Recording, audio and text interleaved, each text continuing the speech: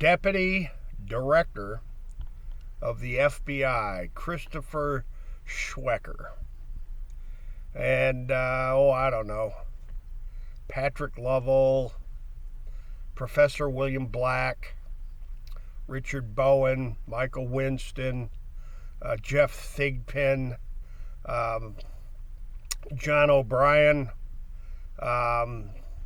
Mark White, Attorney General Mark White, Governor Ann Richards. Governor Ann Richards. Let's see, Greg Abbott, Governor Greg Abbott, Attorney General Jim Maddox of Texas, the great Texas bank job, Eric Vaughn. Now, Professor William Black and Catherine Austin Fitts and Cat Wolford of the World Bank. Yep, Cat Wolford, Bank Liquidation Specialist, FDIC, Catherine Wolford. Matt Taibbi, Rolling Stone, the Houston Chronicle, the former Houston Post. What Deputy Director of the FBI, Christopher Swecker, seems to be telling the world is that there was a obstruction of justice and a conspiracy to engage in misprision of felonies. Professor Black, you can explain that to the new progressives, the new Precora hearings, and the new untouchables. Misprision of felonies. Deputy Director Christopher Swecker of the FBI seems to be indicating that Lanny Brewer and Eric Holder engaged in a massive cover-up of the financial hocus pocus and shenanigans, the banking skullduggery involving millions of land transactions, real estate schemes, and real estate scams so eloquently exposed in toxic zombie developments. The great Texas bank job. Now, to my old friends down in Conroe, Texas, Peter Spears and County Engineer Don Blanton, and I don't know, the whole Commissioner's Court, Judge Alan B. Sadler, and the Montgomery County Sheriff's Office, the Montgomery County District Attorney's Office, and the Montgomery County Attorney's Office. It would seem that Nelda Luce Radabow Blair and the Bush pioneers have a lot to explain. Christopher Swecker, the Deputy Director of the FBI, seems to indicate that the land swindles exposed by Don Bowles and Paul Friggins and good old Judson Witham and Matt Taibbi and Catherine Austin Fitts and Martin Mayer, the greatest bank robbery ever, and Stephen Pizzo and Mary Frigger, the looting of the S&Ls, an inside job, and Brian Quigg of the DCIA. Good old Brian Quigg, love that guy.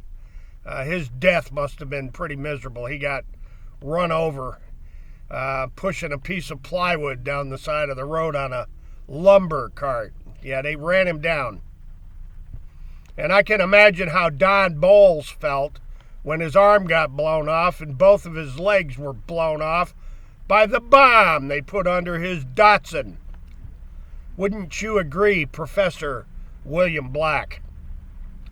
Now, to my old pals over there at the Stopa Law Firm, and Jeff Thigpen, the deed recorder up in Greensboro, North Carolina, old Jeff Thigpen, and John O'Brien over in Massachusetts with Martha Cloakley, apparently the Attorney General of the state, Martha Cloakley, and to Shrub and Jebby, you know, the Bush Mafia down there to Houston, with Secretary of State James Baker III over there at Baker and Botts.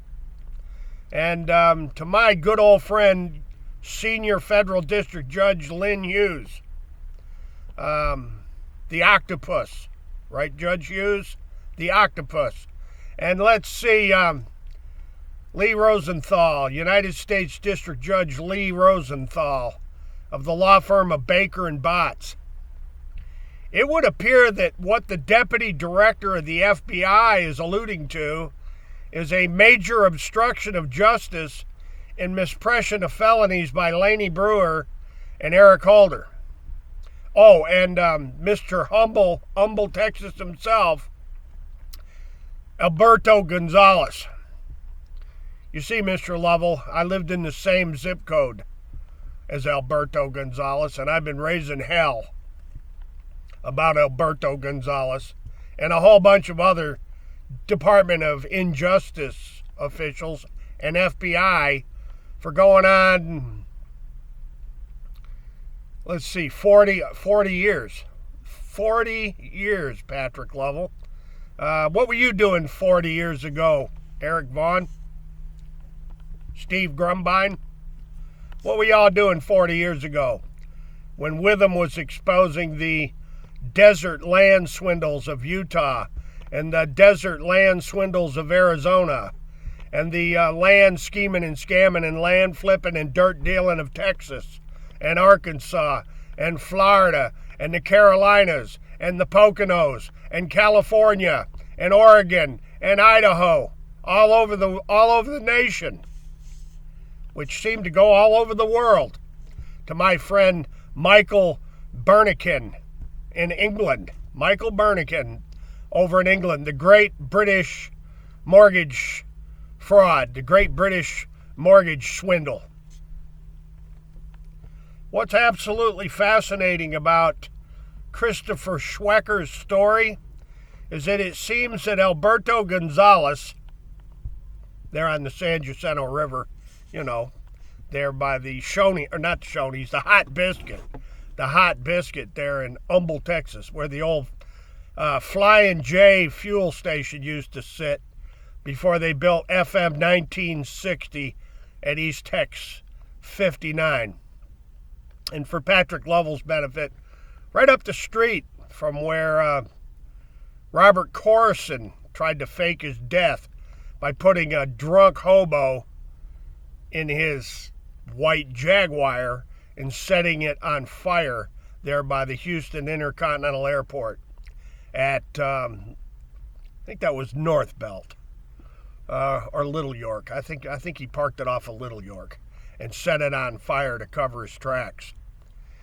You see, Mr. Grumbine, the massive banking and savings and loan schemes and swindles that Nelda Luce Radabow Blair, Jim Blair's wife of the Blair Law Firm, and the Montgomery County Attorney's Office.